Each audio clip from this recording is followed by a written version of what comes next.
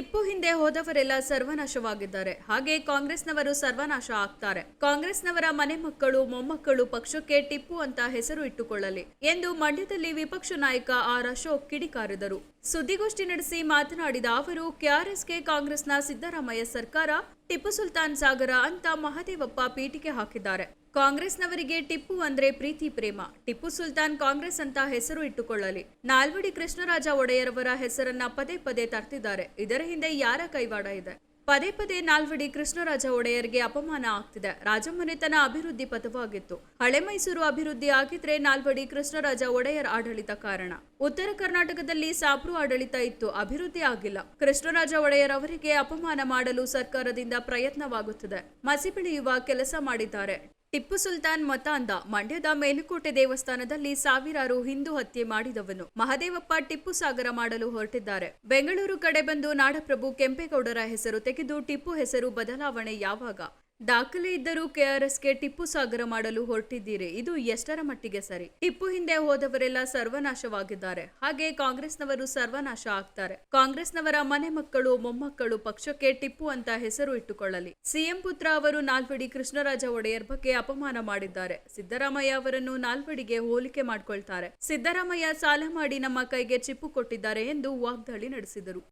ಇಟ್ಟಿದ್ದೀನಿ ಅಂತ ಬರೆದಿರುವಂಥ ದಾಖಲೆಗಳು ಕೂಡ ಇದೆ ನಮ್ಮ ಹತ್ರ. ಅವನೇನು ಕನ್ನಡದವನಲ್ಲ, ಅವನು ಕನ್ನಡದವನಂತೂ ಅಲ್ಲೇ ಅಲ್ಲ. ಅವನ ಭಾಷೆ ಎಲ್ಲ ಪರ್ಷಿಯಾದವನು. ಅವನ ಭಾಷೆನೂ ಕೂಡ ಪರ್ಷಿಯನ್ ಭಾಷೆ ಇರೋ ಅವನು.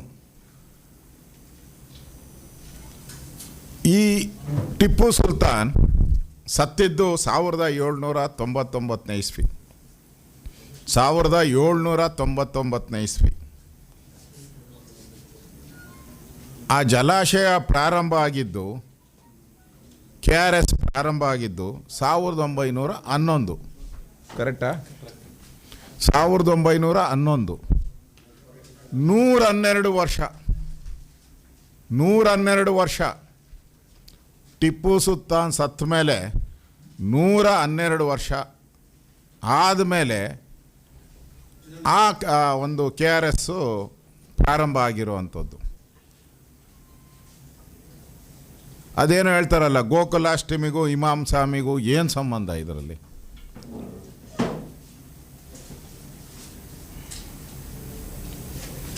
ಈಗ ಹೊಸದಾಗಿ ಅಲ್ಲೊಂದು ಕಲ್ಲಿದೆ ಅಂಥೇಳಿ ಮಾಧ್ಯಮದ ಸ್ನೇಹಿತರು ಹೋಗಿ ಬಂದಿದ್ದೀರಾ ಅನಿಸುತ್ತೆ ಬೆಳಗ್ಗೆ.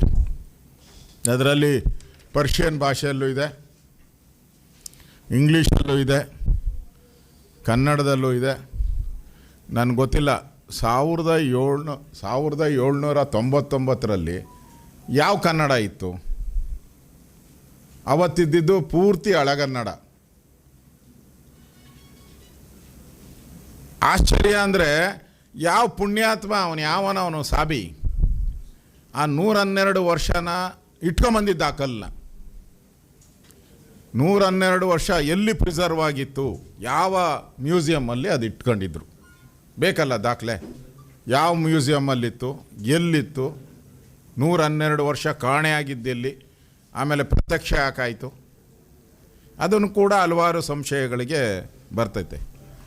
ನೀವು ಅವರ ಉರ್ದು ಇದೆಯಲ್ಲ, ದಯವಿಟ್ಟು ಟ್ರಾನ್ಸ್ಲೇಟ್ ಮಾಡೋಕ್ಕೆ ನೋಡಿ. ಅಲ್ಲಿ ಹಾಕಿರೋ ಕಲ್ಲು ಉರ್ದುದು ಕಲ್ಲಿದೆ ಅಲ್ಲನಪ್ಪ? ಪರ್ಷಿಯನ್. ಸಾರಿ ಪರ್ಷಿಯಾದು ಕಲ್ಲಿದೆ. ಅದರಲ್ಲಿ ಏನು ಬರೆದಿದೆ ಅಂತ ಟ್ರಾನ್ಸ್ಲೇಟ್ ಮಾಡ್ಕೊಳ್ಳಿ. ನೀವು ಏನು ಬರೆದಿದೆ ಅಂತ ಟ್ರಾನ್ಸ್ಲೇಟ್ ಮಾಡಿ.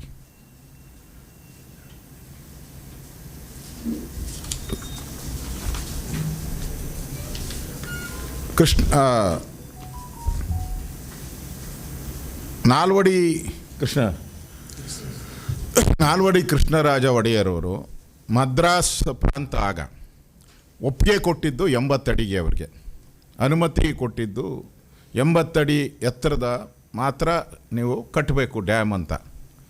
ಆದರೆ ಮಹಾರಾಜರು ಅದನ್ನು 124 ಅಡಿ ಎತ್ತರಕ್ಕೆ ಕಟ್ಟಿದ್ರು. ಅಂದರೆ ಅವರ ಎಸ್ಟಿಮೇಟ್ಗಿಂತ ಜಾಸ್ತಿ ಎತ್ತರವನ್ನು ಕಟ್ಟಿದ್ರು. ಅದಕ್ಕೆ ಹೆಚ್ಚು ಸಂಗ್ರಹ ನೀರಾಯ್ತು. ಇವತ್ತು ಪ್ರಾರಂಭಿಕವಾಗಿ ಅದರ ವೆಚ್ಚ 2,35,00,000. 2,35,00,000 ಪ್ರಾರಂಭಿಕ. ಅದು ಸಾಧ್ಯ ಆಗಲಿಲ್ಲ, ಅಷ್ಟು ಹಣ ಹೊಂದಿಸೋಕ್ಕೆ ಆಗಲಿಲ್ಲ. ಆಗ ಅರಮನೆಯಲ್ಲಿದ್ದಂಥ ಅವರ ಹೆಣ್ಣು ಮಕ್ಕಳ ಮೇಲಿದ್ದಂಥ ಎಲ್ಲ ಒಡವೆಗಳನ್ನು ಮೂಟೆ ಕಟ್ಟಿ 4-5 ಮೂಟೆಗಳನ್ನು ಕಟ್ಟಿ ವಜ್ರ ವೈಡೂರ್ಯಗಳನ್ನು ಅದನ್ನು ಬಾಂಬೆಯಲ್ಲಿ ಮಾರಾಟ ಮಾಡಿ ಅದರಿಂದ ಬಂದಂಥ ಹಣದಲ್ಲಿ ಕೃಷ್ಣರಾಜ ಸಾಗರ ಕಟ್ಟಿರೋದು ಇತಿಹಾಸ. ಇದಕ್ಕೆಲ್ಲದಕ್ಕೂ ನಿಮಿಷ